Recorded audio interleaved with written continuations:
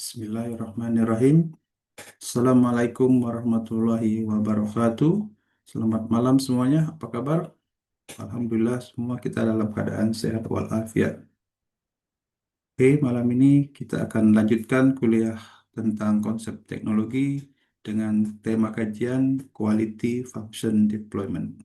Apa itu Quality Function Deployment? Oke, sebelumnya kita lihat bahan kita berikut ini. Oke. Bismillahirrahmanirrahim. Allahumma sholli ala sayyidina Muhammad wa ala ali sayyidina Muhammad. Amma ba'du. Jadi kalau kita lihat dari katanya, QFD itu terdiri dari tiga kata, suku kata, yaitu quality, kemudian ada function, deployment. Ya. Jadi ini adalah suatu konsep untuk membuat satu produk atau mendesain suatu produk. Ada kata quality di sini. Quality artinya apa? Kemarin sudah saya sampaikan sebagian. Secara singkat, quality itu disebut sebagai keinginan customer, keinginan pelanggan, ya. Kemudian function deployment, ya. Fungsinya adalah digunakan untuk mendesain atau membuat satu produk. Jadi, keinginan pelanggan yang kita gunakan untuk membangun atau membuat satu produk. Jadi bisa kita bayangkan keinginan customer tadi yang begitu banyak macam-macamnya, kita akan arahkan bagaimana suatu produk itu dibuat untuk memenuhi keinginan pelanggan tadi. Artinya sejak awal produk itu dibuat khusus untuk memenuhi keinginan pelanggan, bukan untuk membuat produk yang istilahnya tidak ada kepentingan dengan pelanggan. Supaya apa? Supaya produk tadi atau jasa tadi itu bisa dipakai atau di, dibeli atau diminatin oleh customer atau pelanggan. Jadi terkaitan quality atau keinginan customer tadi sejak awal sudah dibuat, ya. Jadi suatu produk dibuat itu bukan dengan angan-angan si pembuat saja, tapi dengan arahan dari pelanggannya. Oke, nah itu maksud dari QFD. Kita udah banyak belajar konsep-konsep dalam beberapa pertemuan sebelumnya, maka ini adalah konsep yang penting sebagai seorang eh, insinyur teknik industri yang akan membidangin suatu proses produksi, terutama desain, desain produk, desain proses, desain manufacturing, ya. Maka ini sangat penting untuk kita pahami, ya. Kita lihat ilustrasi berikut ini. Oke, apa yang kalian nampak di sini? Apa yang akan kalian bayangkan kalau kalian pergi ke tempat ini? Ada yang tahu? Ini adalah logo dari apa? Restoran Bebek Carok. Nah, kalau kalian datang ke tempat ini, kira-kira kalau kalian mau makan, apa yang akan kalian bayangkan? Sudah? Sudah dibayangkan semua? Oke, kita lihat, ya. Nah, pada waktu kalian sudah memesan, Anda diberikan bakso, bakso, mie bakso. Ini juga enak, ya. Tetapi ini bukan yang kalian bayangkan tadi, ya kan? Yang kalian bayangkan seperti apa? Walaupun ini sama-sama enak bagi para peminat bakso gitu, ya, mie bakso. Tapi apakah ini yang kita bayangkan tadi? Bukan, ya. Yang kita bayangkan adalah ini, ya. Mesti yang kalian dapatkan adalah berbagai macam bebek, masakan bebek dengan bumbu-bumbu yang khas, ya. Bumbu-bumbu yang khas dari bebek carok tadi. Artinya apa? Yang kalian bayangkan tadi, yang awal-awal itu tidak sesuai dengan yang diinginkan. Walaupun juga sebenarnya cukup enak, ya. Tapi yang kalian bayangkan tadi adalah ini.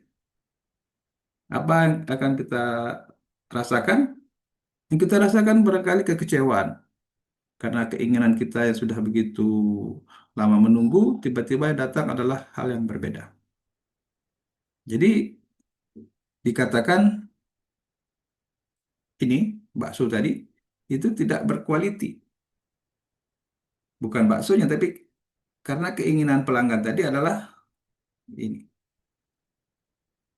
Jadi secara sederhana, kalau berbeda dengan keinginan pelanggan, maka produk itu tidak sesuai dengan apa, tidak berkualiti. Ya, jadi quality itu bukan soal mutu atau bukan soal istilahnya terjemahannya saja ya. Quality atau mutu itu adalah sesuatu yang diinginkan oleh pelanggan. Oke, sesederhana itu ya. Coba kita lihat contoh yang lain. Nah, ini barangkali masih ada yang ingat tentang penyakit menular zaman COVID dulu, yaitu SARS-CoV-19. Kita lihat pada waktu itu, pada zaman COVID, ya, itu si pasien itu ditangani dengan sangat hati-hati dan ini penyakit sangat menular. Jadi si perawat ataupun dokter ataupun para medis ini menggunakan pakaian yang melindungi mereka dari tertularnya penyakit SARS-CoV-19. Ini penyakit yang mematikan, ya. Sehingga kalau apa namanya dirawat dengan tidak hati-hati, maka ini akan menular ke para medis. Pada waktu kejadian ini tahun 2020 berapa ini? 2021 kali ya. 2022 masih ada, ya kan? Ini begitu banyak para medis yang terpapar dan meninggal, ya. Nah, ini bagaimana? Ini keinginan customer seperti apa sebenarnya? Ya, keinginan si pasien untuk dirawat, keinginan para perawat untuk selamat. Jadi ada dua dua keinginan di sini, ya. Semuanya ingin selamat. Yang sakit ingin selamat, yang merawat ingin selamat. Jadi bagaimana jalan keluar dari mengatasi penyakit ini? Ada yang tahu? Kita lihat ya. Nah, pada waktu itu, pada zaman COVID itu bermuncullah ide-ide membuat robot rumah sakit, ya, untuk mengantisipasi atau memenuhi kebutuhan perawat yang ingin selamat dan memenuhi kebutuhan pasien yang juga ingin dirawat. Jadi ada dua dua hal di sini. Perawatnya ingin selamat mengerjakan tugasnya, pasiennya juga ingin selamat supaya dia dirawat dengan baik. Maka muncullah waktu itu banyak sekali robot-robot rumah sakit, ya. Salah satunya adalah robot Raisa yang dibuat oleh ITS, ya. Jadi ini adalah robot yang digunakan untuk merawat pasien COVID. Nah, ini contoh anunya, desain mereka, ya. Banyak lagi desain-desain yang lain. Kita lihat ini adalah contoh robot yang barangkali lebih futuristik, ya, futuristik. Jadi robot ini datang ke pasien untuk memeriksa dan pasien juga memberikan feedback kepada si robot. Jadi tidak ada interaksi si pasien dengan perawat secara langsung, ya. Artinya apa? Si pasien bisa memeriksa dari jauh barangkali, kemudian si perawat, kemudian si pasien tetap juga merasa dilayanin atau diperhatikan untuk dirawat dengan baik. Nah, ini artinya yang kita akan buat adalah robot yang akan melayani dua hal, supaya pasien tadi bisa dirawat dengan baik. Yang kedua, supaya perawat yang terlibat tidak terpapar penyakit menular karena eh, virus COVID tadi. Oke, ini dua hal yang berbeda dengan contoh sebelumnya, ya. Nah, berikutnya kita berikan contoh yang agak berbeda. Oke, seperti ini. Misalnya kalian ingin membayangkan sepeda untuk jalan-jalan naik gunung misalnya, atau jalan-jalan sekitar tempat tinggal. ataupun untuk istilahnya apa, sosialisasi saja, untuk mejeng dan sebagainya ya. Jadi kalau dibayangkan sepeda untuk pemakaian seperti itu, kira-kira apa bentuk sepedanya? Apa kira-kira sepeda yang diinginkan oleh eh, kawan kalian ini? Ada yang tahu sepedanya seperti apa? Oke, kalau kita lihat gambar berikut ini, apakah sepeda ini yang akan diterimanya atau didapatnya? Misalnya dia memesan sepeda online, sepedanya murah gitu kan ya, cuma 50.000. Ternyata setelah diterima sepedanya seperti ini. Betul dia berbentuk sepeda, tapi terlalu kecil, ya kan? Apakah ini sesuai dengan keinginan si pelanggan tadi atau keinginan kawan kalian ini? Tentu saja tidak, ya, karena sepeda ini tidak bisa dipakai untuk jalan-jalan, tidak bisa dipakai untuk naik gunung dan seterusnya, ya. Jadi seharusnya sepeda seperti apa? Ya, seperti inilah contohnya barangkali ya. Di sepeda ini bisa dipakai untuk dikendarain, ya kan? Nah, hal seperti ini, sederhana seperti ini menunjukkan bahwa keinginan pelanggan itu kalau seperti ini tidak terpenuhi.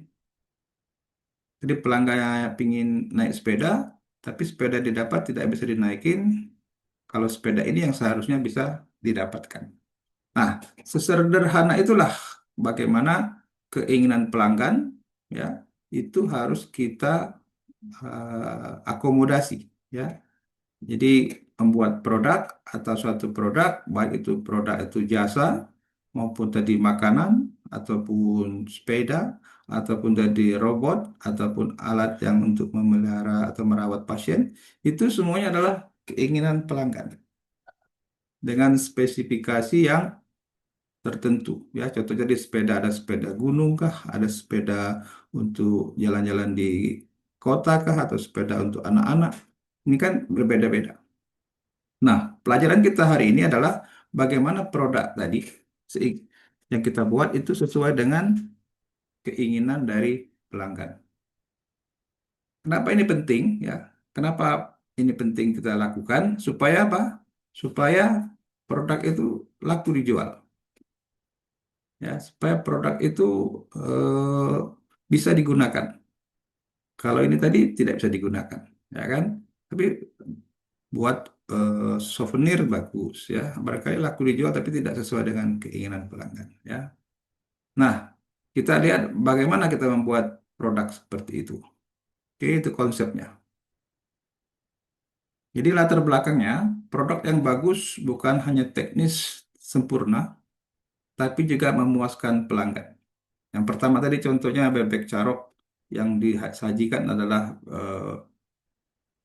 bakso yang sedap. Tapi walaupun baksonya itu sedap, baksonya itu enak, tapi tidak memuaskan pelanggan. Karena apa tadi? Tidak sesuai dengan keinginan yang membeli bebek carok tadi. Ya. Berikutnya tadi contoh kedua, robot untuk merawat pasien penyakit menular atau COVID. Ya. Ternyata banyak juga robot-robot itu yang dibuat tidak sempurna. Barangkali karena tidak memahami keinginan yang menggunakan ya, atau keinginan pelanggan tadi. Jadi banyak robot-robot waktu itu dibuat, hanya beberapa yang bisa dipakai, barangkali karena keinginan si perawat tadi berbeda-beda. Ya, jadi kegagalan satu produk karena tidak memahami keinginan pengguna atau customer. Jadi bukan hanya teknis sempurna, jadi kita tidak hanya memikirkan teknis secara sempurna, ya, tetapi keinginan pelanggan itu seperti apa. Nah, untuk itu kita perlu metode yang sistematis untuk menerjemahkan voice of customer, keinginan pelanggan tadi, menjadi satu desain produk. Nah, ini adalah mata kuliah apa namanya? kemarin kita ingat BOK ya, mata kuliah untuk teknik industri. Ya, dalam teknik industri disebutkan ada tiga mata kuliah, tiga keahlian yang berhubungan dengan desain. Ya, desain produk, ada lagi desain manufacturing, ada lagi desain proses. Ya, jadi ini adalah satu konsep untuk kita mendesain. Seperti saya katakan, tugas orang engineer, ya, maka tugas orang engineer itu paling banyak adalah untuk mendesain.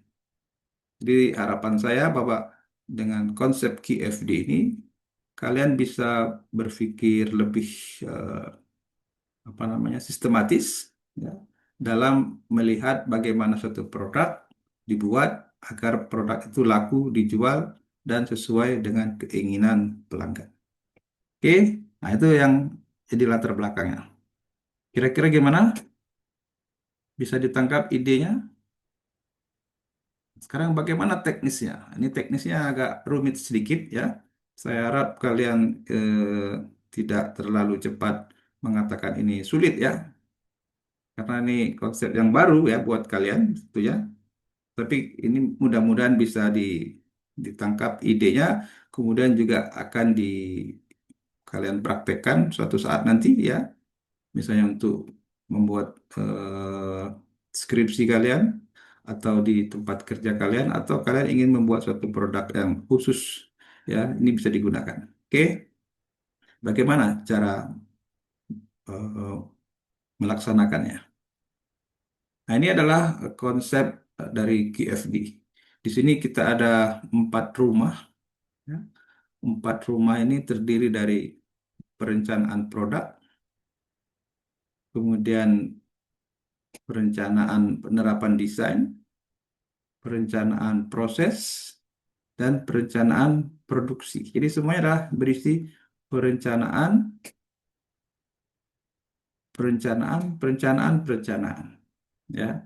Jadi tugas kalian sebenarnya adalah membuat perencanaan, membuat desain, desain produk, desain proses, desain produksi. Jadi diharapkan kalian dapat menjelaskan konsep dasar QFD ini, ya.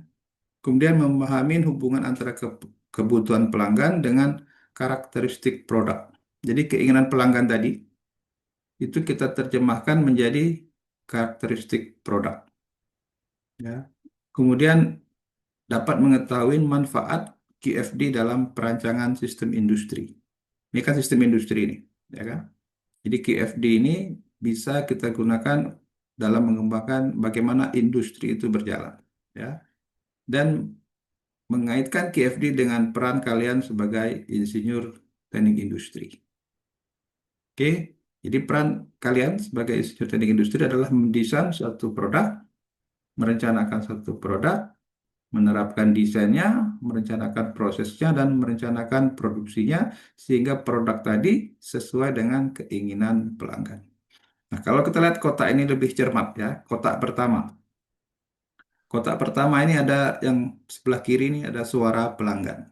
Nah, ini suara pelanggan ini kita terjemahkan menjadi perencanaan produk yang terdiri dari beberapa dimensi teknis.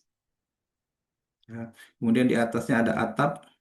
Atap ini nanti ada korelasi, kita sebut pengorbanan, tapi sebenarnya adalah korelasi ya daripada dimensi-dimensi tadi.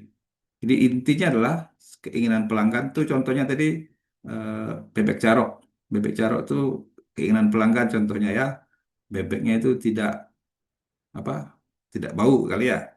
Kemudian dagingnya tidak kenyal atau lunak ataupun mudah digigit lah.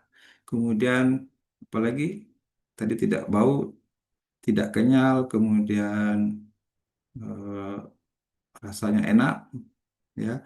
Kemudian apalagi bumbunya meresap dan sebagainya. Itu adalah keinginan pelanggan. Nah, keinginan pelanggan ini kita buat prioritas nanti ya dalam perencanaan produk. Nah, setelah kotak pertama ini tentang perencanaan produk ini selesai, dari perencanaan produk tadi ada dimensi teknis. Nah, ini karakteristiknya dimensi teknis tadi. Jadi contohnya tadi eh, bebek yang tidak bau. Bebek tidak bau itu kan keinginan pelanggan. Teknisnya gimana? Teknisnya itu secara sederhana bagaimana membuat bebek itu tidak bau setelah dia dimasak. Seperti apa misalnya? Bebek itu dicuci dengan bersih. Nah, definisi bersih itu apa? Atau menggunakan teknik khusus sehingga dia berkurang baunya, menggunakan bumbu-bumbu tertentu. Ada kan secara teknis seperti itu. Jadi keinginan pelanggan tadi diterjemahkan secara teknis. Atau bebeknya tuh harus halal dan segar. Jadi tidak boleh bebek yang sudah dipotong seminggu sebelumnya atau lama atau dalam kondisi beku dan seterusnya. Ya. Jadi keinginan pelanggan tadi kita terjemah dalam hal teknis. Ya. Kemudian bebeknya lunak. Lunak itu secara teknis gimana cara membuat dia lunak? Apakah dia di presto dengan eh, apa namanya waktu yang cukup, misalnya dalam waktu setengah jam kah, ataukah cukup 10 menit kah? Nah, itu kan dimensi teknis. Di presto dengan waktu 10 menit, di presto dengan waktu 30 menit. Nah, dimensi teknis ini masuk nanti ke rumah kedua. Ya, dimensi teknis kita pindahkan kotak sebelah kiri dari kotak atas menjadi kotak sebelah kiri. Nah, ini kotak kedua adalah desain, penerapan desainnya, ya kan? Desainnya itu seperti apa? Dari produknya sekarang mendesain. Nah, desain ini dimensi teknis ini mempunyai apa namanya karakteristik-karakteristik tertentu. Ya. Nah, karakteristik yang kita buat dalam desain ini dengan mengacu kepada dimensi teknis tadi itu akan kita eh, detailkan dalam rumah kedua ini. Ya. Nah, setelah rumah kedua ini selesai, ya, maka kita masuk ke rumah ketiga, yaitu proses. Jadi proses pembuatan bebek carok itu seperti apa sih? Dengan bagian-bagian karakteristik yang kita pindahkan dari atas atau bagian atap ini ke dinding bagian kiri, ya kan? Nah, ini dari desain masuk ke proses. Ya. Nah, dalam proses ini kita ada namanya karakteristik bagian bagiannya, ya. Kemudian ini dihubungkan dengan namanya proses pembuatan, operasi, tahapan pembuatan, ya. Misalnya apa proses pembuatan itu bebek dipotong, bebek dicabut bulunya, bebek dibersihkan dan seterusnya sampai bebek itu digoreng dan disajikan. Nah, ini kan perencanaan proses. Oke. Dan langkahnya ini adalah dalam disebut sebagai tahapan operation manufaktur. Ya. Nah, kemudian sudah direncanakan perencanaan prosesnya ini, maka selanjutnya kita pindah ke rumah keempat, yaitu produksi. Ya. Jadi ini operasi manufaktur tadi kita pindahkan ke dinding sebelah kiri dari rumah produksi. Nah, rumah produksi ini terdiri dari fitur-fitur produk, ya. Kemudian dibuatlah yang mana yang menjadi prioritas dalam operasi manufaktur, ya, atau pembuatan. Nah, ini keempat rumah ini ya secara konsep mencakup dari keinginan customer, kemudian perencanaan produk, penerapan desain, kemudian perencanaan proses dan perencanaan produksi. Oke, jadi ini bersambung-sambung sehingga tujuan akhirnya tadi kita mendapatkan produk yang sesuai dengan suara dari pelanggan. Nah, sesederhana itulah konsep ini ya. Nanti ini kelihatan rumit, tapi sebenarnya ini eh, rumah satu, rumah dua, rumah tiga, dan rumah empat ini serupa, cuma fungsinya berbeda-beda ya. Nah, quality function deployment ini adalah metode sistematis. Kenapa sistematis? Karena secara sistem, kalau disebut sistematis artinya bekerja secara sistem gitu ya. Bisa dilihat walaupun ini nampak berjenjang-jenjang, tapi secara sistem semua rumah-rumah ini sebut rumah quality nih ya. Kita sebutnya sebagai rumah quality itu adalah proses yang sederhana. Ya. Jadi ini adalah metode sistematis untuk menerjemahkan kebutuhan pelanggan. Nah, ini tadi kebutuhan pelanggan. Oke, kebutuhan pelanggan kita terjemahkan menjadi karakteristik teknik atau spesifikasi produk. Jadi keinginan pelanggan itu kan kadang-kadang tidak bisa langsung jadi spesifikasi ya. Contohnya yang sederhana misalnya eh, kita ingin membuat roti, kalau pas customer itu rotinya itu enak. Enak itu kan tidak ada istilahnya sesuatu yang agak susah diukur. Jadi kalau dikatakan spesifikasi itu seharusnya bisa diukur atau bisa dinilai. Kalau enak menilainya gimana? Nah, kalau tadi enak adalah misalnya kalau roti enak itu definisi enak itu apa? Misalnya rotinya empuk. Empuk itu kalau kita lihat barangkali bisa kita ukur ke keempukannya barangkali ada alat ukurnya gitu ya. Atau rotinya itu sederhana kalau kita beli roti tidak keras. Ya, kalau rotinya bantat atau tidak kembang itu barangkali katakan salah satu yang menyebabkan roti tidak enak gitu ya. Nah, jadi kata enak itu nanti si perencana atau si engineer akan menerjemahkan enak itu artinya apa. Kalau tadi ayam apa bebek carok, enak itu artinya tidak bau. Ya, enak itu artinya tidak alot. Itu kan enak. Jadi enaknya ini kemudian tidak bau tadi definisinya pasti bau itu. Nah, kemudian diterjemahkan terus sehingga menjadi apa? eh, Terakhir bisa dirancang proses produksinya ya. Nah, ini dikembangkan pertama kali oleh orang Jepang oleh si Bapak Yoji Akau. Kalau kalian dengar nanti di buku-buku namanya Yoji Akau, Bapak inilah yang menerapkan eh, QFD ini pertama kali di Jepang. Dan ini dikembangkan pertama kali di Mitsubishi dan Toyota. Jadi kalau kita perhatikan produk-produk kendaraan atau mobil Mitsubishi, Toyota itu sangat laku ya. Di Indonesia laku, di Asia banyak, di Middle East juga laku, di Amerika juga laku ya. Jadi diterima masyarakat ya. Kalau kita bandingkan dengan produk-produk yang lain, barangkali produk Amerika sendiri, malah produk Amerika itu kalah dibanding dengan produk dari Mitsubishi dan Toyota.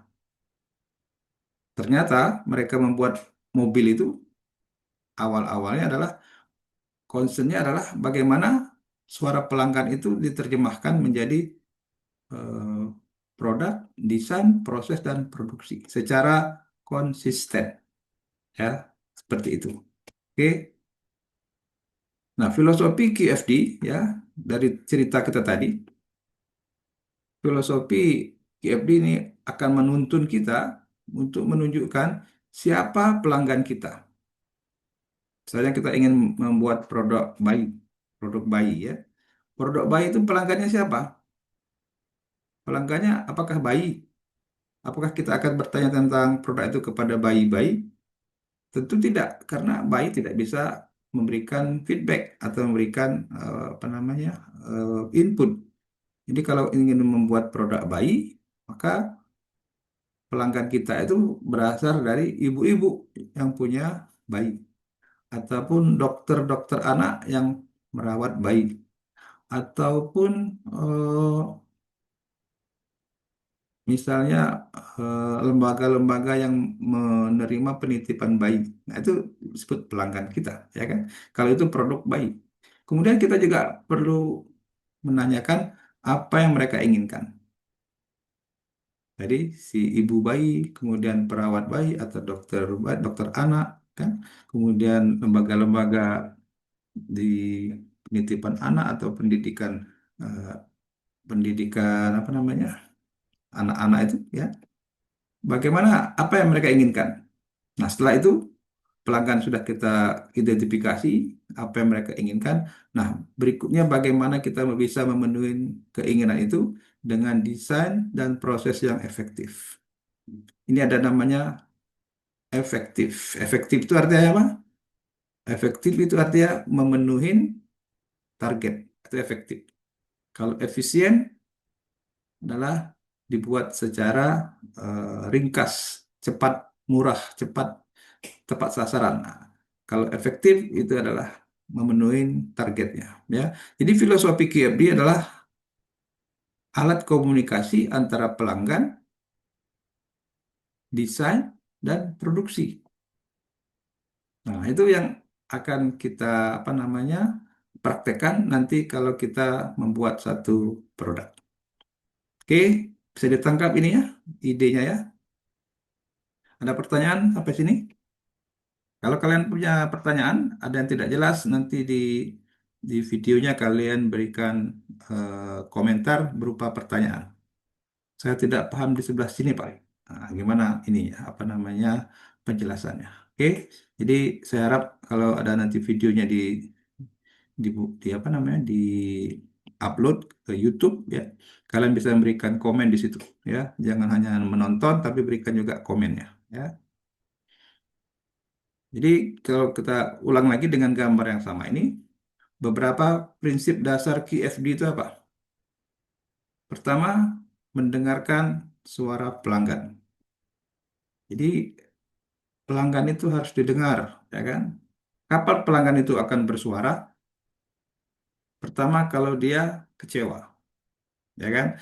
Kalau dia komplain, nah itu pasti customer akan bunyi. Dan kebanyakan orang-orang yang membuat produk, kalau dengar komplain langsung apa? Langsung menghindar, ya. Atau malah berpikir, wah ini banyak kali komplain dari pelanggan, ya kan? Tapi sebenarnya itu adalah sumber untuk mendesain satu produk yang bagus, ya. Jadi ada satu apa namanya ungkapan dari seorang eh, apa namanya pemilik produk dari apa namanya Google apa apa ya, yang mengatakan pelanggan yang komplain itu adalah sumber dari informasi yang sangat banyak, ya. Jadi mindset kita berubah gitu ya. Pelanggan memberikan masukannya itu sangat penting untuk keberlangsungan produk, ya.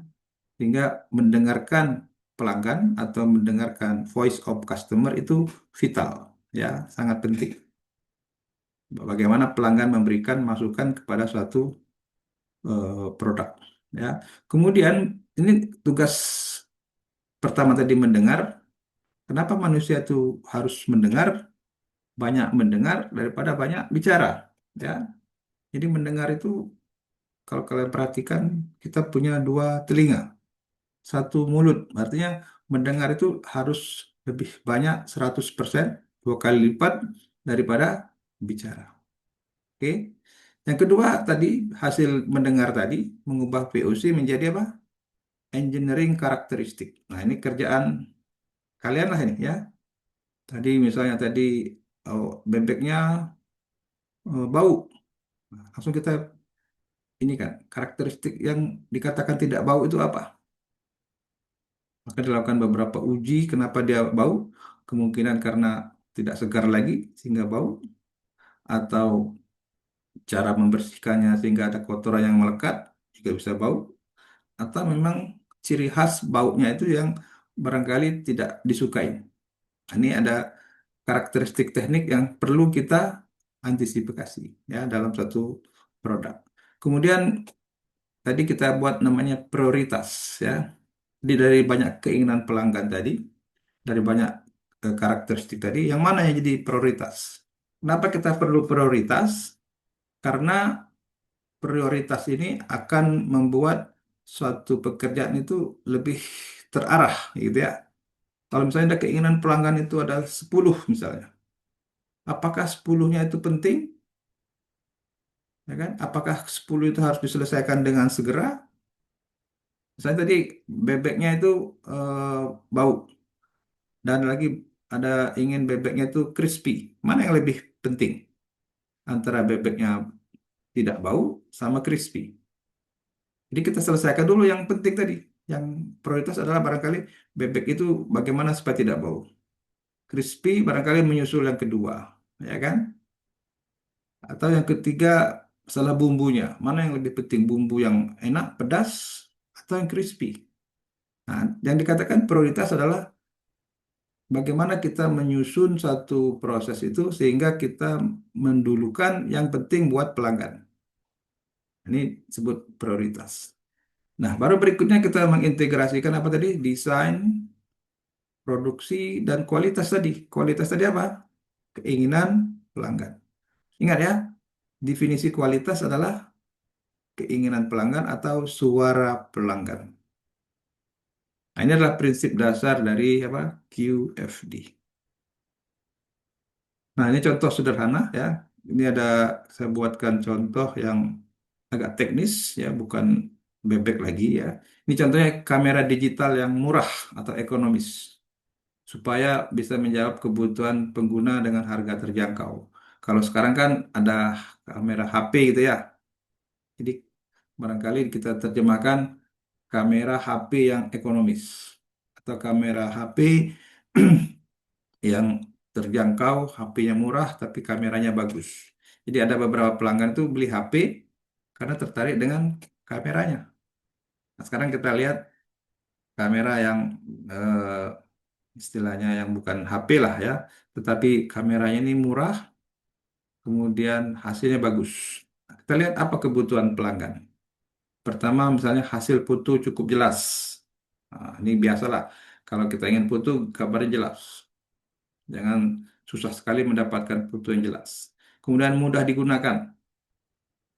Jadi kalau susah digunakan banyak sekali setting-settingnya. Kalau kamera yang besar itu kan harus disetting-setting dulu, kemudian eh, di apa namanya di program dan sebagainya. Ini maunya cuma ditekan jadi gitu ya. Kemudian baterai. Jadi jangan sampai pada waktu apa namanya momen-momen penting ternyata baterainya habis. Nah, kan ini kan tidak tertangkap apa namanya butuh pada momen-momen penting karena baterainya keburu habis ya.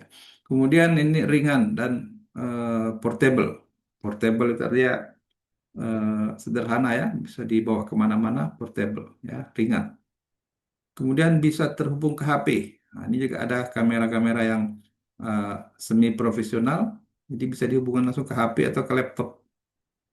Kemudian kalau dia jatuh, nah, maksudnya begitu tahan banting ini kalau dia jatuh gimana?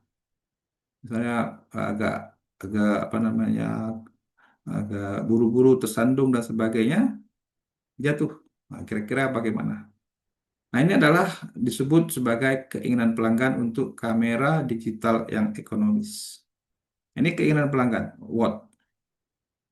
Kemudian kita terjemahkan menjadi karakteristik teknis, foto jelas. Nah, ini diterjemahkan menjadi apa? Sensor gambar sampai 12 sampai 16 megapiksel dengan optimasi software. Kan kalau jelas itu biasanya diterjemahkan menjadi pixel. Jadi kalau kita lihat foto itu ada berapa pixel, makin tinggi pixelnya berarti makin jelas ya, makin bagus ya. Kemudian mudah digunakan. Apa itu yang dikatakan mudah digunakan? Tombolnya sederhana dan menunya otomatis. Jadi tidak perlu setting-setting apa fokus, tidak perlu setting-setting diafragma ya. Cukup tekan sebentar, tahan, tekan habis jadi fotonya. Ya, jadi sesederhana itu ya, tombolnya sederhana dan menunya otomatis. Jadi tidak mau direpotkan dengan setting-settingan gitu ya. Kemudian baterai tahan lama. Ini bagaimana nih karakteristiknya? Penggunaan prosesor hemat energi. Jadi bagaimana eh, eh, sistem di apa namanya elektroniknya itu. Jadi menggunakan komponen-komponen yang memerlukan sumber daya yang kecil sehingga baterainya bisa dipakai lama ya. Kemudian ringan, portable. Ini karakteristik teknisnya apa? Oh, bodinya kita buat dari plastik. Plastik yang ringan, ukurannya kecil ya. Kalau ukurannya kecil, mudah-mudahan dia ringan. Kalau pakai plastik, nah plastiknya seperti apa? Diterjemahkan lagi. Plastik yang istilahnya yang cukup apa namanya tahan ya, jenisnya tertentu ya. Ini didefinisikan lah teknisnya. Kemudian bisa terhubung ke HP. Apa artinya kalau dihubung ke HP? Ada fitur Bluetooth atau fitur Wi-Fi ya. Jadi bisa langsung dihubungkan ke Wi-Fi sehingga bisa terhubung. Barangkali ini dikatakan eh, karakteristik teknisnya. Kemudian tahan banting. Nah, tahan banting ini barangkali kita buat casing dengan desain pelindung, ya, baik pelindung sudut atau pelindung hentakan. Jadi ada namanya seperti kena impact itu, dia ada prosedur untuk meresap eh, impact ataupun hentakan. Ini juga membuat suatu produk itu tahan banting, ya. Nah, ini adalah kebutuhan pelanggan diterjemahkan menjadi karakteristik teknis. Oke. Nah, ini kalau kita lihat ke rumah ini lagi, ke rumah quality, ini namanya house of quality. Ini yang lebih detail lagi, ada beberapa bawahnya, ada beberapa kotak lagi. Nah, ini ada voice of customer, ya, beberapa tadi, satu, dua, tiga, empat, lima, enam, diletakkan di sini. Kemudian kita buat prioritas. Kemudian antara ini ada produk karakteristik di sini tadi ya. Tadi ini voice of customer, di sini produk karakteristik. Nah, masing-masing karakteristik ini nanti ada relationship gak? Ya, misalnya hasil foto cukup jelas, ya. Karakteristik itu di di sini ada satu, dua, tiga, empat, lima, enam karakteristik. Apakah ini akan saling maksudnya itu satu karakteristik ini apakah satu kebutuhan pelanggan ini apakah didukung oleh beberapa karakteristik? Contohnya yang lebih mudah di sini, misalnya tadi apa? Ringan dan portable dan tahan banting. Dua kebutuhan pelanggan ini barangkali eh, bisa dihubungkan dengan bahan plastik dan ukuran kecil dan juga casing dengan pelindung. Ini barangkali berhubungan ya. Jadi ada hubungan antara beberapa keinginan pelanggan tadi, ya kan?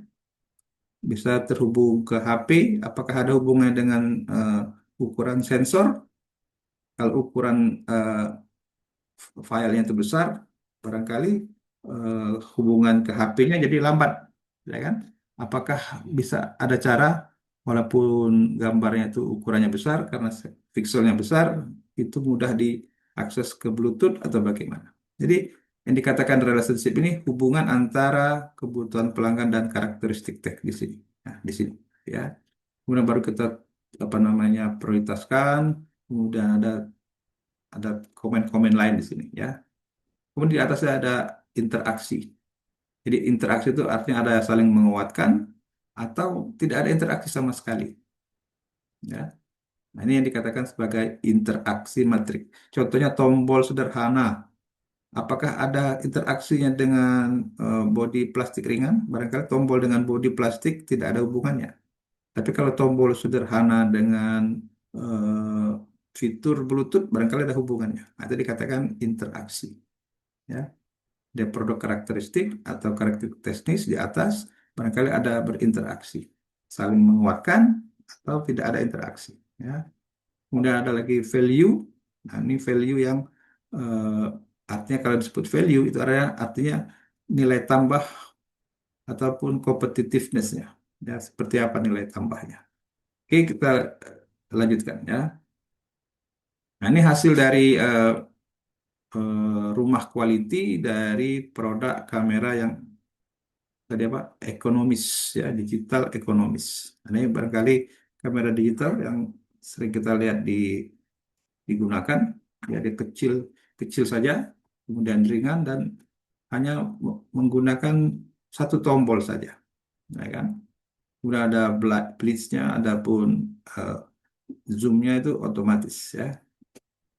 Ini adalah hasil rumah yang kita katakan lengkap, ya. Contohnya tadi keinginan customer, ya. Misalnya ringan, mudah digunakan, bisa diandalkan, mudah dipegang. Kemudian tidak ada gambar yang blur atau double exposure. Kemudian ini customer rating, ya. Customer nomor 5 itu paling tinggi. Kita lihat sini, diandalkan itu nomor paling tinggi keinginannya, kemudian mudah digunakan, kemudian ringan, kemudian steady ya, gampang tidak bergoyang gambarnya. Kemudian no double exposure. Ini adalah keinginannya yang kita prioritaskan. Kemudian teknisnya apa? Nah, ini teknis dari ini tadi kita terjemahkan di atasnya ya. Low electrically requirement, artinya kebutuhan listriknya sedikit. Kemudian terdiri dari aluminium, bukan bukan plastik. Kemudian autofocus, auto exposure, ini auto yang untuk ini ya, exposure atau bukaannya, auto film advance. Kalau dia pakai film ya. Kemudian ergonomis. Nah, ergonomis artinya mudah digunakan dan nyaman gitu ya. Ini adalah teknisnya. Diterjemahkan oleh si engineer dari keinginan pelanggan tadi menjadi teknis. Jadi teknisnya barangkali lebih dari 5 ya. Jadi teknis itu bisa satu keinginan pelanggan itu bisa diterjemahkan menjadi beberapa spesifikasi teknis. Nah, sekarang kita lihat di sini ada namanya kota ini adalah kota apa? Eh, hubungan antara keinginan customer dengan hal-hal teknis tadi. Ini contohnya saya berikan satu ya. Ini ini ada gambar titik, gambar lingkaran, kemudian ada gambar lingkaran dengan titik. Ini artinya hubungan ya. Kita lihat sini. Kalau gambar lingkaran dengan titik itu hubungannya kuat dinilai dengan angka 5 gitu ya. Hubungannya kuat dinilai dengan angka 5. Kemudian yang tak ada titik hubungannya tidak begitu tapi ada itu nilainya 3. Atau kalau hubungannya itu sedikit itu dinilai 1. Jadi kalau contohnya ini ya, ringan. Ringan itu dengan kebutuhan listrik gimana? Barangkali tidak begitu banyak hubungannya, ya kan? Maka nilainya adalah 1. Kemudian aluminium komponen. Nah, ini barangkali mempengaruhi apa namanya cukup besar ya, nilainya 3. Kemudian ergonomis. Apakah hubungannya dengan eh, ringan tadi? Ya, barangkali hubungannya adalah 1. Ini disebut sebagai relationship, ya. Jadi ini adalah matrik hubungan. Jadi semuanya kita kita buat lah ya kan, secara apa namanya desain ya. Jadi hubungan antara keinginan pelanggan dengan hal-hal teknis tadi. Oke, kemudian dari segi relationship dengan hal teknis tadi ya, apakah ada hubungan juga? Ini contohnya ini kita lihat low the electricity requirement. Ini ya, kita lihat di sini. Ternyata dia ada hubungannya dengan apa? Autofocus, ya. Kemudian ada hubungannya dengan auto exposure. Kemudian ada hubungannya dengan auto film advance. Oke, kalau aluminium compound dengan yang lain-lain tidak ada hubungannya. Kemudian autofocus itu ada hubungannya dengan apa tadi? Auto exposure. Kemudian ada hubungannya lagi dengan auto film advance. Auto exposure ada hubungannya dengan apa? Hanya ada hubungannya dengan auto film advance ya. Kemudian ergonomik ini belum ada hubungan yang lain ya. Nah, ini adalah hubungan antara hal-hal teknis. Yang kotak yang ini adalah hubungan eh, antara eh, relationship antara keinginan pelanggan dengan hal-hal teknis. Ini contohnya ya secara ini ya. Kemudian yang mana yang lebih penting? Nah, ini baru kita buat namanya important rating. Rating kepentingan. Nah, kita lihat ini rating kepentingan seperti apa. Contohnya low electricity requirement. Ini kita nilai berapa nilainya. Bisa 3 kali 1 ditambah 4 kali 1 ditambah 5 kali 3. Ya, untuk dapatkan angka 22 ini 1 kali 3, 1 kali 4 tambah 3 kali 5. Sehingga ini dapat nilai 22. Ini juga kita kalikan, ini 3 kali 3 ya. 3 kali 3, ini 3, lingkaran ini 3, maka nilai adalah 9. Yang ini lingkarannya tanpa titik itu kan 3. 3 kali 4, 12, 3 kali 5, 15 ditambahkan menjadi 27. Sehingga derajat kepentingan tadi kalau ini kepentingan customer ya, ini kepentingan secara teknis nilainya adalah paling tinggi itu di 27 ya, 27. Apa 27 itu? Autofocus. Apa itu 27 yang lain? Auto exposure. Nah, ternyata ini yang penting untuk dikembangkan secara teknis. Itu maksudnya ya. Tadi ada priority dari customer, ini ada kepentingan dari sisi produksi. Jadi ini untuk membantu kita dalam mengembangkan produk. Jadi ada namanya priority ya. Kemudian di sini tambahkan lagi tentang customer apa pelanggan customer kita yang akan kita apa produk kita maksudnya dihubungkan dengan eh, produk-produk yang sudah jadi. Misalnya ada dari company A, ada company B. Ya, company B ini A dan B ini punya keunggulan di apa namanya keinginan customer tadi. Misalnya G itu good, fair itu biasa saja, atau P itu jelek. Contohnya untuk perusahaan A atau produk A itu lebih ringan. Ternyata dia bagus di produk A ini saingan kita, ya. Kemudian mudah digunakan, bagus, ya kan.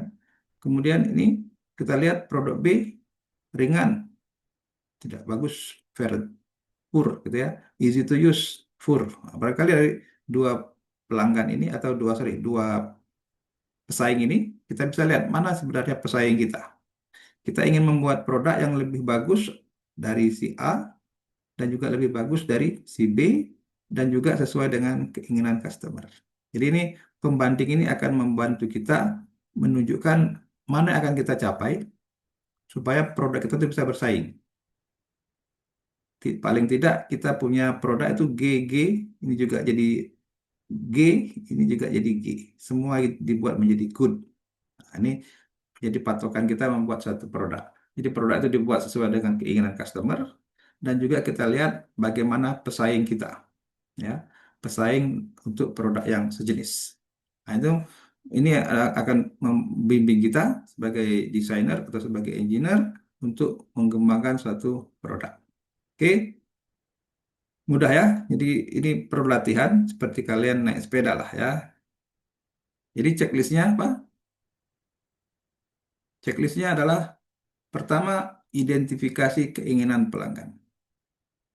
Kemudian bagaimana kita memuaskan keinginan pelanggan tadi. Kita hubungkan yang ketiga, keinginan pelanggan dengan bagaimana produk itu dibuat.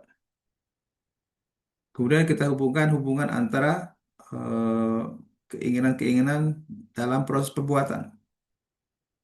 Jadi dalam proses pembuatan itu kan macam-macam, ya kan? Ada bagian yang membuat apa? Teknisnya bermacam-macam. Sedangkan bagian yang bermacam-macam ini harus bisa kita apa namanya arahkan untuk kembali lagi ke keinginan pelanggan. Jadi contohnya orang bagian pembelian, ya di bagian produksi, bagian quality gitu kan, bermacam-macam bagian.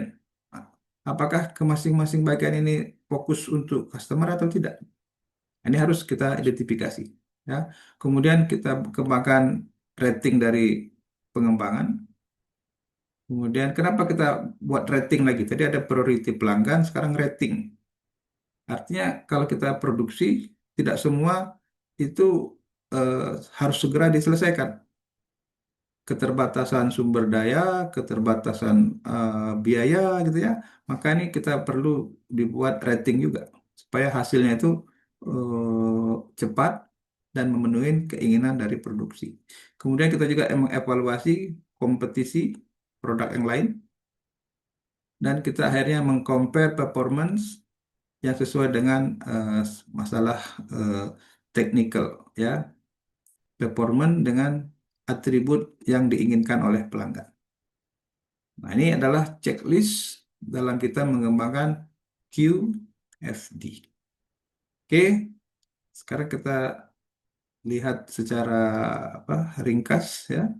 Jadi QFD itu terdiri dari 4 rumah. Rumah nomor 1, rumah nomor 2, rumah nomor 3, dan rumah nomor 4. Jadi masing-masing rumah ini fokus ke pertama adalah eh, masalah apa? Customer. Customer kita hubungkan dengan karakteristik. Jadi karakteristik tadi kita hubungkan dengan customer relationship. di dua ini, customer dengan desain, karakteristik, kita lihat hubungannya. Kemudian kita lihat mana menjadi priority. Ya. Nah, berikutnya rumah kedua. Nah, ini satu, ini rumah kedua. Desain tadi kita menjadikan fokus di sini. Kita hubungkan dengan produk. Ya, produk tadi kita buat menjadi rumah kedua. Jadi ini adalah produk desain.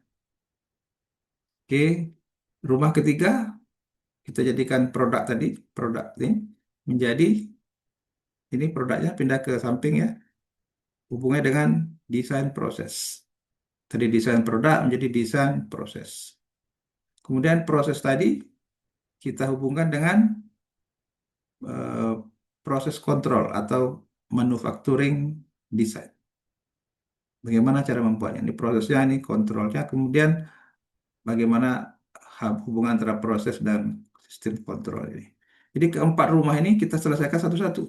Ya, satu sampai dia menjadi satu rumah yang komplit yang disebut sebagai House of Quality. Ya, House of Quality.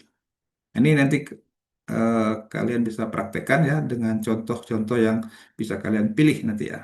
Oke. Nah, dalam QFD itu ada beberapa tantangan ya. Tantangan yang pertama dalam mengembangkan QFD ini adalah bagaimana kita mendapatkan data pelanggan yang akurat ya. Jadi keinginan pelanggan yang akurat itu seperti apa? Kalau keinginan pelanggan sebagai data awal itu tidak akurat, kemungkinan hasil akhirnya tidak sesuai dengan keinginan pelanggan secara keseluruhan, ya kan? Maka penting sekali data pelanggan atau voice of customer itu eh, apa namanya akurat, tepat gitu ya. Kemudian interpretasi kebutuhan bisa berbeda antar tim. Ada tim pembelian material, ada tim eh, produksi, ada tim quality, ada tim marketing. Ini barangkali berbeda-beda. Ini harus disamakan ya. Kemudian nomor tiga, kalau tadi customer itu apa namanya banyak sekali ya, secara teknis misalnya buat mobil dengan membuat apa namanya bebek carok tadi itu kan berbeda ini ya, kerumitannya ya. Jadi makin rumit produknya, makin rumit juga matriknya tadi ya, makin makin kompleks ya. Kemudian yang keempat diperlukan koordinasi lintas departemen. Karena dalam bekerja ini kan banyak orang nih. Kalau satu orang barangkali tidak bisa menyelesaikan hal serumit ini. Ya, tadi saya katakan ada bagian produksi, ada bagian eh, pembelian, ada bagian quality, ada bagian marketing dan sebagainya. Ya, bagian-bagian ini perlu kita lakukan koordinasi.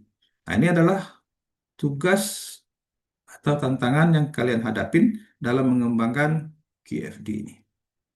Oke, dan ini bisa dikerjakan dengan istilahnya eh, konsisten dengan pengertian bahwa semua bagian-bagian tadi itu paham maksud dan tujuan suatu produk, yaitu memenuhi keinginan pelanggan. Jadi produk itu dibuat semata-mata untuk memenuhi keinginan pelanggan atau produk yang berkualiti. Oke, nah ini adalah tugas kalian ya. Jadi tadi QFD tadi cuma eh, di permukaannya saja. Jadi saya harap nomor satu, ini tugas kelompok, kalian cari sumber-sumber buku mengenai QFD. Itu banyak di mana di eh, online itu ya, sumber-sumber buku yang mengenai QFD yang sederhana saja ya. Kemudian kalian pelajarin cara pembuatan QFD. Nah, kemudian kalian lakukan studi pembuatan satu produk. Kita kan ada setiap kelompok itu berapa 5 orang ya paling banyak.